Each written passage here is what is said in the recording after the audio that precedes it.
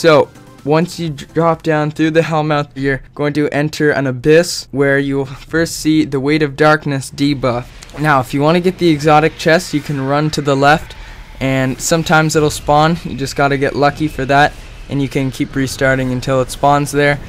I have gotten some exotics from it, but it's pretty rare that you will get that. Your main objective in this area will be to run to lights that will take off the debuff, and the main thing here is the lights will explode after 20 seconds, or around 20 seconds, so you're going to have to get your whole team there and move as a group, because if you do not, there will be tons of thralls and cursed thralls coming at you from all sides, and people can get left behind easily and killed. There will also be traps set around the area of little holes where people can fall in, so make sure to not always look behind you, but also look down as you're running towards the lights. After this, you'll reach a plate that you'll have to defend from mostly thrall and ogres, which will come at the end. By the time the ogres get next to you or near you, if you haven't killed them, the bridge will probably be up, and you can run through the door or a hallway of light where you'll reach an open area with 2 sides and a main bridge connecting them. Now in this area, I like to call it the bridge, I guess. There will be 2 totems and a bridge activation on both sides. Now you can't cross the bridge without a sword. Now how you get the sword is by killing the sword bearer. So the first person to cross will have to take the sword from the sword bearer and then kill the gatekeeper, which can only be killed by the person with the sword. Once 3 people are on the other side, they can control the totems and let the others just survive. Now once they kill the sword bearer, one will be able to come over, and they will be able to move over one by one. Now after everyone has crossed, 2 ogres will spawn, and you'll have to defend from each of those sides. Now the way we defended the totems was 3-on-1 totem, 2-on-1 totem, and 1 on the bridge activation. The totems are pretty easy to defend, so after the 3 people have crossed, they'll be able to defend it, no doubt, with 1 on each totem. Once you have killed the ogres and the door will open, you'll have to rush through the next 2 or 3 shriekers if you want to get to the exotic chest, which, yeah, you just have to pretty much take out the shriekers with rocket launchers would be best, and have 2 people kill thrall while 1 person runs through and just tries to get to the door that'll be closing on a timer, because if you do not kill the shriekers in time, the door will close and you will not be able to get to the exotic chest, and it'll give you a checkpoint or you won't be able to get to the chest again. Now after you get the chest, there will be a drop down area where you will get into a little mushy pit, and there will be a big opening where you will see the oversaw. Now the way we did this was 3 on the top kind of balcony area. Knights will spawn there with cannons, but if you jump up there, you will be able to snipe everyone from down there, but that's not the big problem. Inside there will be 2 wizards with 1 main wizard protecting this crystal.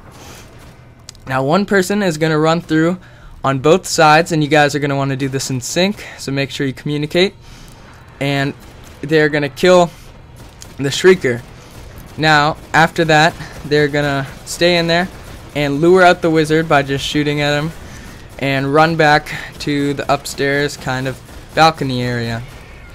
Now once the wizard is out, you guys will be able to shoot him down and then call out when your wizard is dead. Once this happens, we all went on one side and all pushed in for the main wizard, because this is on a timer as well, and if you do not do this quickly, you will get a debuff where the screen will start flashing, and if you don't kill the wizard in a certain time, then you will die and you'll have to restart from the checkpoint. Now after you kill the wizard, you'll have to hide and kill the rest of the knights since they are level 32. Yeah, I recommend hiding and getting to a good spot to pick the rest of them off. Once you kill all the mobs, there will be the final boss, Crota. Now you all are going to have to stand on the crystal. Once you do this, it'll summon Crota. once Crota is summoned, all of you are going to want to go to the left side. If anyone has an icebreaker in the group, that is very recommended. 1 or 2 people, preferably 1, will be taking out the knights closest to your side up on the balcony that will be shooting cannons down on you. Now, the biggest thing here is once you've summoned Crota, he will be giving you guys another debuff, which will cause no health regen. Now, the way you fix this is by getting the Chalice of Light, which will spawn in the middle, so you're going to have one person run to there. Now, the person with the chalice is going to want to run back and give it to anyone who needs it. And out of a main door in the middle, the sword bearer is going to come out again, and you're going to want to kill him for the sword. Now, people can shoot Crota to take off his shields, but the sword is the only way that you can damage his health. So once you're ready and you've killed the sword bearer, the guy with the sword is going to want to grab that immediately, and he will also want to be holding the chalice. Now, once the sword bearer is dead, he's going to grab that, and once he's grabbed the sword, he's going to tell his buddies that to start shooting Crota. Now, everyone else who's shooting Crota is going to call out the percentage of his health so the sword bearer can get ready to jump up there and attack him. Now, keep in mind, there's still going to be one person shooting at the knights on the cannons, because that can be really annoying when you're focusing on Crota and they will just be shooting you down, and people can die that way.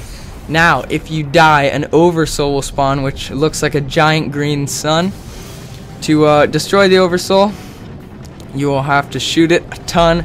Icebreakers are preferable, and rocket launchers. You can take them down easily that way, but if anyone dies, that's going to spawn.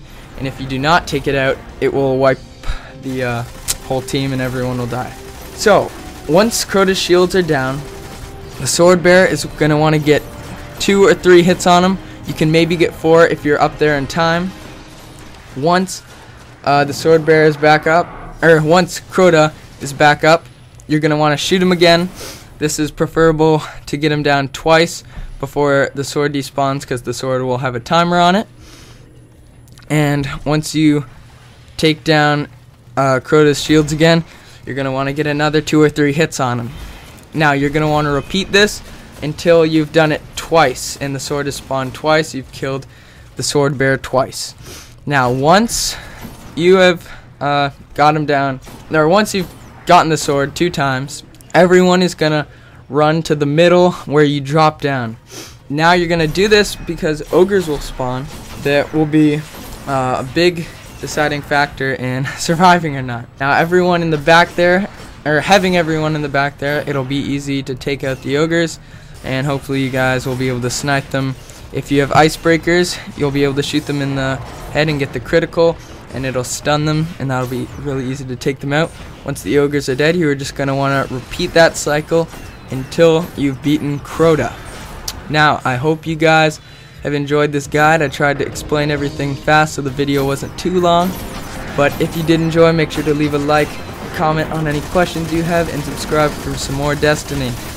I hope you guys have all enjoyed, and I'll see you all next time.